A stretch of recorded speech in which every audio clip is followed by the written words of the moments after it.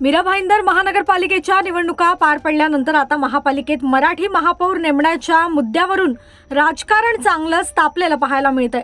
मराठी अस्मिता, मराठी माणसाचा हक्क आणि महापौर पदावर मराठी चेहरा बसवण्याची मागणी आता थेट रस्त्यावर उतरल्याचं चित्र आहे।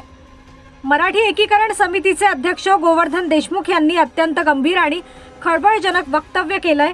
मराठी व्यक्तीला महापौर बनवण्यात आलं नाही तर मीरा भाईंदरच्या रस्त्यावर रक्त सांडेल असा इशारा त्यांनी दिलाय। नमस्कार, जय महाराष्ट्र, जय मराठी। महानगरपालिकेच्या निवडणुकीचा निकाल लागलेला आहे आणि सर्वत्र बहुसंख्येने भाजप सत्तेमध्ये आहे। मुंबईमध्ये महापौर कोण होईल याची चर्चा असतानाच बाजूला मीरा भाईंदर शहर आहे। या मीरा भाईंदर शहरामध्ये भाजपने जवळपास 78-79 जागेवरती बहुमत मिळवलेलं आहे। परंतु याच मीरा भाईंदर शहरामध्ये एक उत्तर भारतीय नेते कृपाशंकर सिंग येऊन म्हणाले होते की या ठिकाणी उत्तर भारतीय महापौर बसवू, आणि त्यावेळेस देखील आम्ही विरोध केला होता। मुंबईच्या महापौर पदावरून देखील वादंग माजलेला आहे। मुंबईचा महापौर मराठी होईलच, परंतु त्यासोबतच मीरा भाईंदर महानगरपालिकेवरती मराठी महापौरच बसेल। आणि जर कोणी उद्दामपणा, माजोरटेपणा जर केला तर गाठ मात्र मराठी माणसाची आहे।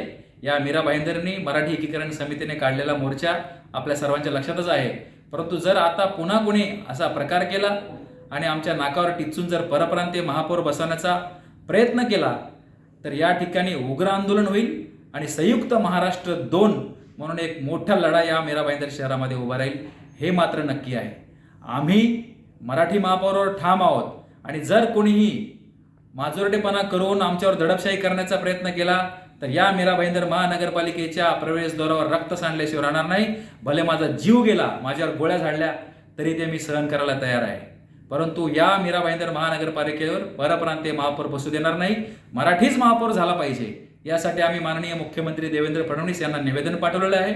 भाजप पक्षाचे अध्यक्ष रवींद्र चव्हाण यांना निवेदन पाठवलेलं आहे आणि त्या ठिकाणचे जे स्थानिक नेते असतील, कोणी जे स्वतःला कार्यसम्राट समजतात, त्यांना देखील आम्ही पत्र पाठवलेलं आहे की या मीरा भाईंदर महानगरपालिकेवर मराठीच महापौर झाला पाहिजे, अन्यथा गाठ मराठी एकीकरण समितीची आहे।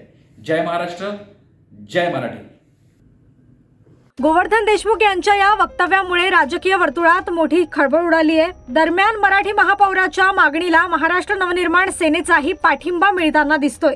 मनसेचे जिल्हाध्यक्ष अविनाश जाधव यांनीही मीरा भाईंदर महानगरपालिकेत मराठी महापौरच बसला पाहिजे अशी ठाम भूमिका घेतली आहे। सर्वप्रथम मीरा भाईंदर मधील भाजपाच्या नवनिर्वाचित सगळ्याच पक्षाच्या सर्व नवनिर्वाचित नगरसेवकांचं अभिनंदन करतो आणि एक सगळ्यांना खात्री देतो की विकासाच्या कामात महाराष्ट्र नवनिर्माण सेना ही तुमच्या सोबत असेल।